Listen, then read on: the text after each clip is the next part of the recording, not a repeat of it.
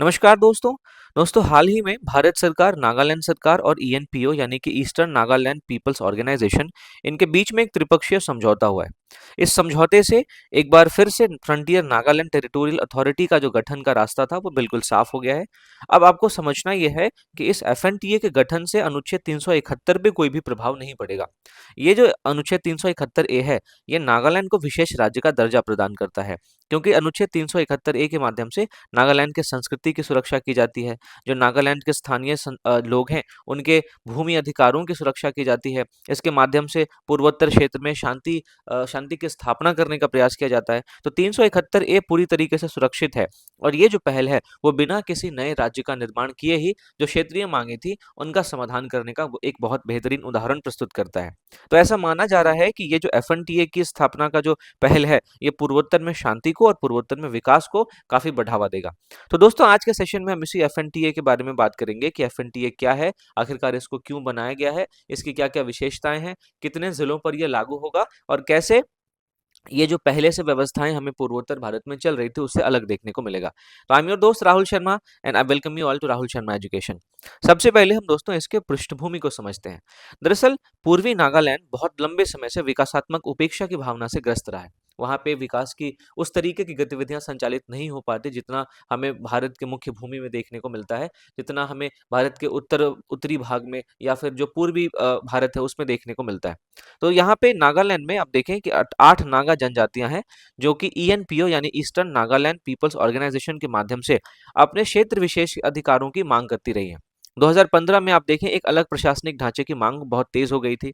फिर ईएनपीओ ने frontier Nagaland territory की मांग की। इसके अलावा 2021-22 में उन्होंने चुनाव का बहिष्कार भी किया। तो 2022 में आप देखेंगे इस बहिष्कार के बाद ईएनपीओ, केंद्रीय गृह मंत्री अमित शाह, इन दोनों के बीच में वार्ता संपन्न हुई और वार्ता के बाद जो समाधान प्रक्रिया थी आगे बढ़ी। और वर्तमान में केंद्र ने नया राज्य को बनाए बिना संवैधानिक ढांचे के भीतर एक समाधान चुन के एफएनटीए के निर्माण का गठन जो है उसका रास्ता साफ कर दिया है।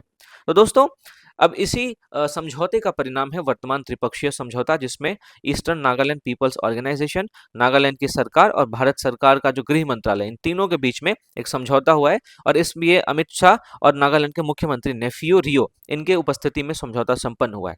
अब इसी समझौते के माध्यम से फ्रंटियर नागालैंड टेरिटोरियल अथॉरिटी यानी एफएनटीए की वर्तमान व्यवस्था अस्तित्व में आएगी। अगर हम एफएनटीए के भौगोलिक क्षेत्र की बात करें दोस्तों, तो ये नागालैंड के जो 6 पूर्वी जिले हैं, जिसमें आपको तुएनसांग है, मौन है, किफिरे है, नोंगलेंग है, नोकलक है और शामैटर है। अब देखिए, इसका नाम आपको याद रखने की ज़रूरत नहीं है, बस मैं आपको ये बता रहा हूँ कि नागालैंड के पूर्वी जिलों के लिए इस एफएनटीए का गठन किया जाएगा। एफएनटीए की प्रमुख विशेषता ये है कि ये एक क्षेत्रीय स्वशासी प्राधिकरण होगा, एक ऑटोनोमस प्राधिकरण होगा।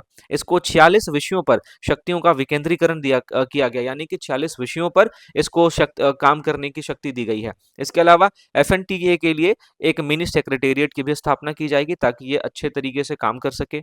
इसका नेतृत्व जो है वो एडिशनल चीफ सेक्रेटरी या फिर प्रिंसिपल सेक्रेटरी करेगा। एफएनटीए के विकास निधि के आवंटन के संबंध में बात करें, तो एफएनटीए को जो पैसा मिलेगा वो एफएनटीए के अंदर जितनी जनसंख्या है और एफएनटीए के अंतर्गत जितना क्षेत्रफल है उसके अनुपात में इसको पैसा मिलेगा। साथ ही साथ इसकी वित्तीय स्वायत्तता को सुनिश्चित किया गया है। तो जाहिर सी बात है, ये वित्तीय स्वायत्तता के माध्यम से नागालैंड के पूर्वी जिलों में तेज अवसंरचना का विकास करेगा, आर्थिक सशक्तिकरण करेगा और वहां पे जितने भी संसाधन है उसका कुशल उपयोग करेगा। तो इस तरीके से एफएनटीए एक बहुत ही महत्वपूर्ण प्राधिकरण के तौर पर सामने आएगा। दोस्तों, एफएनटीए की संवैधानिक स्थिति की बात करें, तो ये जो व्यवस्था की गई है, ये संविधान के अनुच्छेद 371 ए को किसी भी प्रकार से प्रभावित नहीं करती।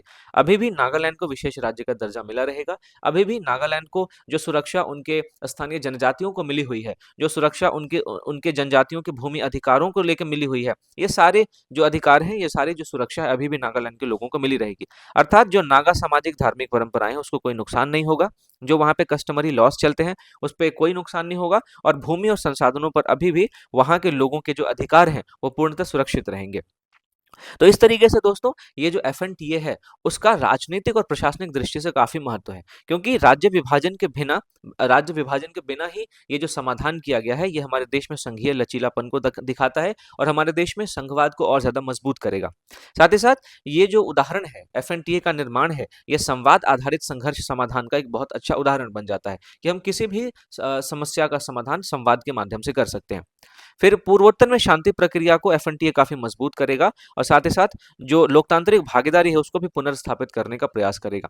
तो पूर्वोत्तर भारत के संदर्भ में इस एफएनटीए का बहुत ही ज्यादा महत्व है, क्योंकि 2019 के बाद से आप देखें तो पूर्वोत्तर में 12 शांति या राजनीतिक समझौते किए गए हैं।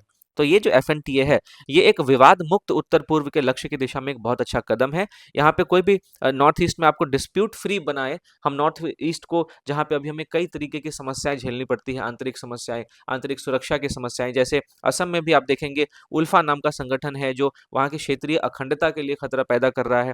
नागालैंड में आपको कई तरीके की क्षेत्रीय अखंडता के समक्ष समस्याएं पैदा होती दिखेंगी। तो नागा जो हमारा नॉर्थ ईस्ट का एरिया है उसको हम डिस्प्यूट फ्री बना के रखें, उसको हम विवाद मुक्त बना के रखें, इस दिशा में एफएनटीए काफी अच्छा काम करेगा। इसके अलावा जो क्षेत्रीय असंतोष है उसको संवैधानिक ढांचे में समाहित करने का एक मॉडल ये एफएनटीए प्रस्तुत करता है। तो इस तरीके से दोस्तों हम निष्कर्षतः ये कह सकते हैं कि जो एफएनटीए का निर्माण है राज्य के पुनर्गठन के बिना किया गया है, ये स्थानीय आकांक्षाओं को, विकास को और संवैधानिक संतुलन इनके बीच में एक नवाचारी समाधान प्रस्तुत करता है।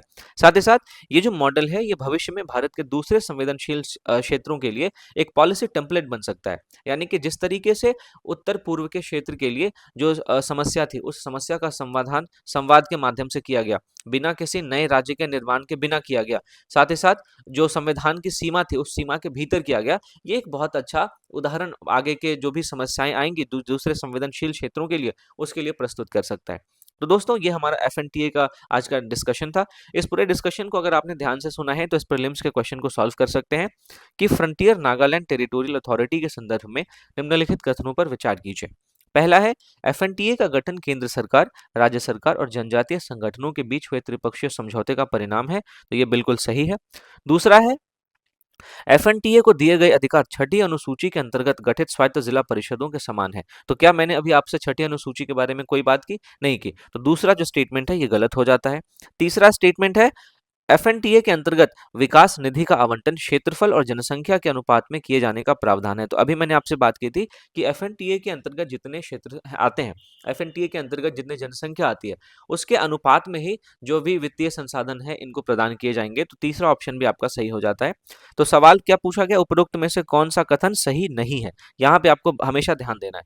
तो कौन सा कथन सही नहीं है, केवल दो सही नहीं है, तो ऑप्शन नंबर ए आपका सही जवाब हो जाता है। इसका एक्सप्लेनेशन भी आपको यहाँ पे देखने को मिल जाएगा, आप इसको पढ़ सकते हैं। इसके अलावा दोस्तों अगर आपको इस सेशन का पीडीएफ चाहिए तो मेरे Telegram channel Rahul Sharma current affairs इसको जरूर ज्वाइन करें। यहाँ पे रोज मैं करंट अफेयर्स के जो भी पीडीएफ होते हैं अपलोड कर देता हूँ और ये आप इसको फ्री ऑफ कॉस्ट डाउनलोड करके अपने करंट अफेयर्स की तैयारी को बहुत अच्छे से लेके आगे बढ़ सकते हैं।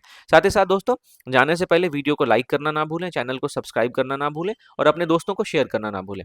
तो मिलता हूँ अगले टॉपिक के साथ, तब तक के लिए थैंक यू फॉर वॉचिंग।